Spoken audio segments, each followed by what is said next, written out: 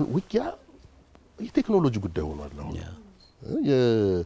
የቴክኖሎጂ አቅም ጉዳይ ሆኗል። አሁን የሆነ እንደው አስማት የሚመስሉ ኦፕሬሽኖች ሲደረጉ ዓለም ላይ ያያየን ነው እና ከዛ አንፃር የሀገር ፍቅር ወኔው ምናምን እንዳለ ሆኖ ግን ነገሩን የሚወስነው የቴክኖሎጂ ጉዳይ ነው እና ምኑ ጋር ነው ያለ ነው ብሎ ያስባሉ። ከነንትና አንፃር አለለውትም እኔም እዚህ ይሄን ይዘናል ይሄን አድርገናል ብዬ አልነግርም እንዳጠብቅ ብዬ ነው ብቻ ደህና ደህና ካሉ አርሲ እንደተኛ ዋናው ከኛ ወታደራዊ አመራር የሚጠበቀው ወዴት እያመራ ነው የውጊያ እንትን ነው ወዴት ነው እያመራ ያለው የሚል በአመታት ሳይሆን በወራት በአንድ አመት በ6 ወር የሚቀያየሩ ነገሮች አሉ።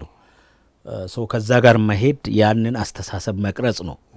ቅድም ያልኩ ከሰው ጋር ነው የሚሄደው። ይሄም አሁን የኛ ሰው የምናሰለጥነው ሰው ከዛ ጋር የሚሄድ ሰው ከቀረጽክ በፍጥነት ከሚለዋወጠው የውጊያ አውድ ጋር ይሄዳል ማለት ነው። በተቻለ መጠን ከዚህ ጋር ነው እየሮጥን ያለ ነው ልልፈልግ ከወቅቱ ከሚለዋወጠው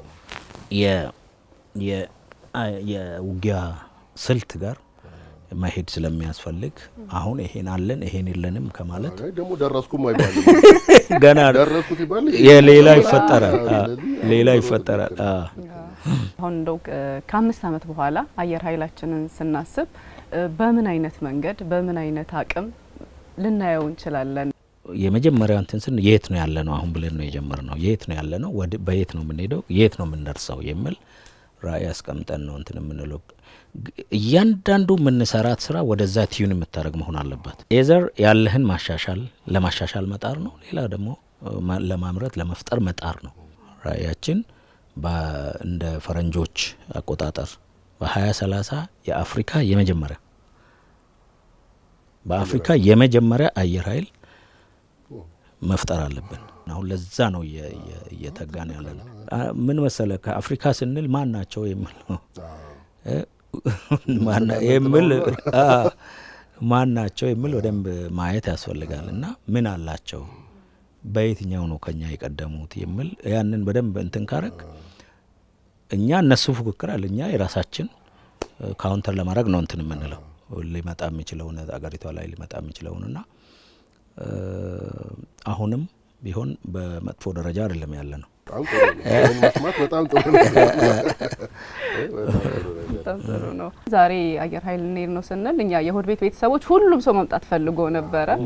ሌላ ስራ ተከፋፈልንና እኔና ሚኪ ወደዚህ መጣን እንጂ ያው እንግዲህ የቤተሰብ ሾዋችን አየር ኃይል ደግሞ የኛ ቤተሰብ ነው ብለን ነው የመጣ ነውና እዚህስ እርሶ ጋር እንዴት ነው ቤተሰባዊነት? እውነት ለመናገር ከቤተሰብ ጋር አይሄድም ይሄ ስራ አይሄድም። እንዲሁ በትንሹ ላንሳለሽና ሁለተኛ ልጅ አለችኝ እና ልክ እኔ ወደዚህ ቦታ መጥቼ ምንም መገናኘት አልቻለም። ማታ ገባለሁ፣ ጠዋት እነሱ ሳይነሱ ወጣለሁ እንትላለሁና አባዬ አለችኝ ድሮ እኮ ህፃን ሆነን እሁድ ቅዳሜ እኮ የሆነ አይስክሬም ምናምን አብረን ሻይን ጠጣን እሱ ጊዜ ናፈቀኛለች።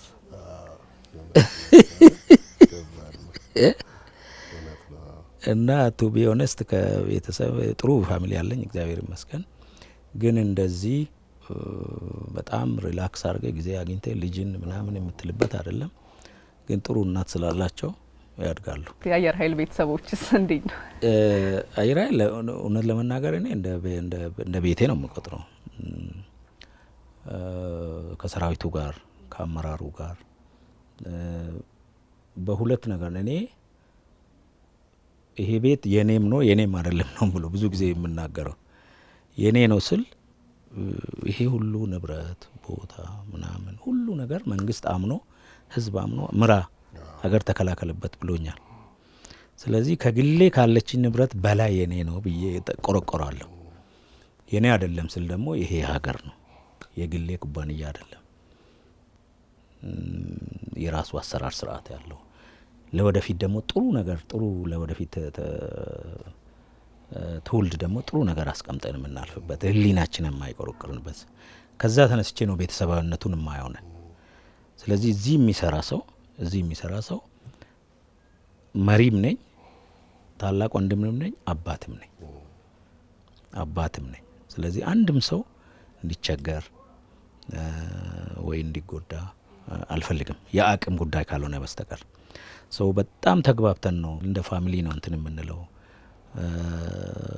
አመት በዓል ሲኖር እነሱም እንኳን አደረሰ ይሉኛል። እኔም ደግሞ ሁሉንም ባላዳርስ አለፍ ብሎ እንኳን አደረሳችሁ ላለሁ መልእክቴን አስተላልፋለሁ።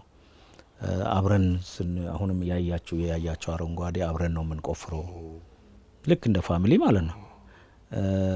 እርሻም አብረን ነው የምናርሰው። እርሻም አለኝ ባይዜ እርሻም አለኝ። ጤፍ ምናምን ስንዴ ውሰዱ አለ ውሰዱ ይሁዱ ነው ይዘን እንሄዳለና ለቤታችን ከቁርጥ ተመጣ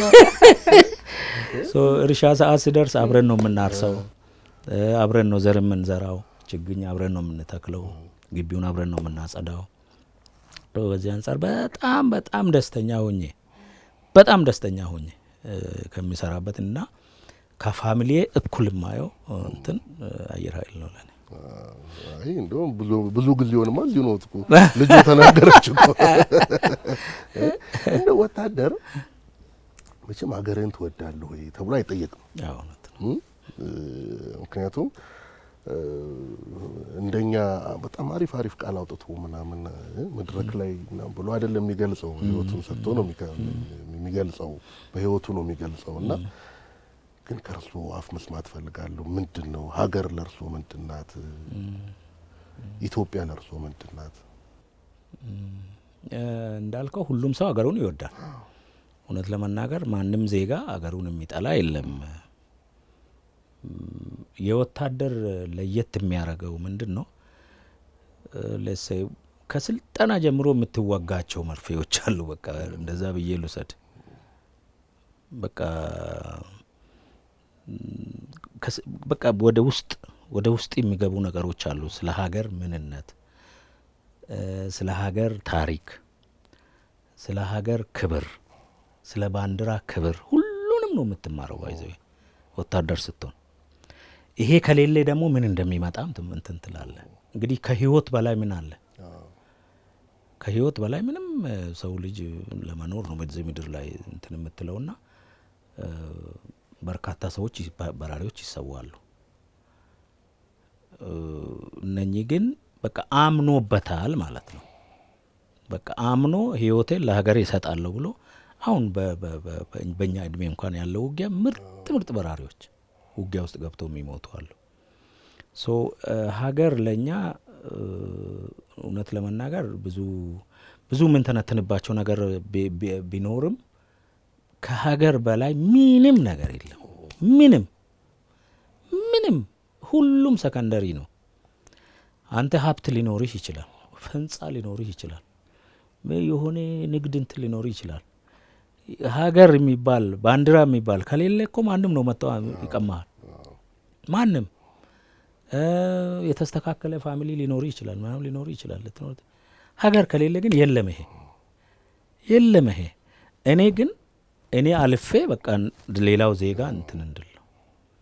ሌላው ዜጋ እንደ ማንኛውም እንደ ሀገር እንዳለ የተከበረ ሀገር እንዳለ ሰው እንዲኖር ነው። ወታደር ስትሆኑ እሱ ነው አንዱ የምንገነባበት። ከራስ በፊት ለሀገርና ለህዝብ ነው። ይሄ ማለት አሳልፈ ስጥ ነው። ህይወትን አሳልፈ ስጥ። ይሄ ነው ወታደር የሚገነባበት እሴቶች አሉ። ሰራዊት እንትን ስትል በቃ ከራስ በፊት ለሀገርና ለህዝብ። ስለዚህ አስቀደመ ማለት ነው። ከሀገር በፊት ራሱን አስቀደመ። እቺ በእንትን ውስጥ ነው ያለው ባይዘው እያንዳንዱ አእምሮ ሳይሆን እንትኑ ፖኬት ውስጥ አለ። ምን ጊዜም ምን ገመግመው ምን አስተካክለው እርምት ምን ሰጠው አንተ ቀድመ ለሀገር ህይወትን ለመስጠት ዝግጁ ነው አይደለህም ነው በቃ በዛ ስለሚገነባ ሰራዊት ከስልጠና ከታች ጀምሮ በዛ ስለሚገነባ ይሄንን ምንም ብትል ልታነቃንቀው አትችልም፣ ልታስተው አትችልም። እንደምሰሶ የሚይዘው እሱ ነውና ለኔ ሀገር ምልህ ምን ብዬ ልግለጽ? እንጂ እስከዛሬም ወይ የስራ መስክ ምናምን ጠፍቶ አይደለም።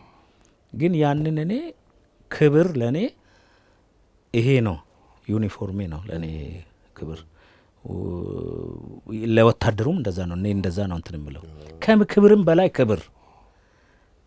በላይ ክብር ይሄ ነው። ይሄን ለብሼ ለሀገሬ ከኔ የሚጠበቀውን ሳደርግ ነውና ዩኒፎርም ወታደር ከክብርም በላይ ክብር ነው። ስለዚህ ለዚህ ደግሞ ከህዝብ በፊት ሙት፣ አንተ ሙት፣ ህዝብ ይኖር፣ ሀገር ይኖር። በዛ ስለሚገነባ ወደ ወታደሩ ስትመጣ ለሀገር ያለው ትርጉም ፍጹም ይለያል። ሁሉም ሀገሩን ይወዳል። ወደ ወታደር ስትመጣ ግን ይለያል። ለዛ ደግሞ በቲዮሪ አይደለም እንዳልኩ ግባ ብለ ገብቶ ህይወቱን የሚሰጥ በተግባር እና እንደዛ ነው። ትልቅ ነገር ነው። በጣም እናመሰግናለን። እንዴት ካለ በጣም ከተጣበበ ጊዜው ቀንሶ እንደሰጡን እናውቃለን። ኃይለኛ ድግስ ላይ ነው ደግሞ 90ኛ ዓመቱ ብዙ እንግዶች አሉበት፣ ሽርጉድ እያሉ ነው። አሁን የሚቀርበውንም ነገር እናያለን።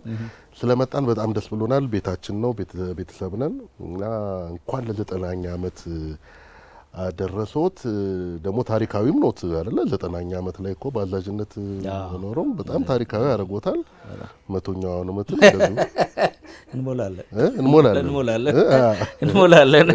በጣም እናመሰግናለን። ታንኪ ዩ። እኔም በጣም ደስ ብሎኛል በቤተሰብ እንደዚህ መታችሁ ስለጠየቃችሁኝ።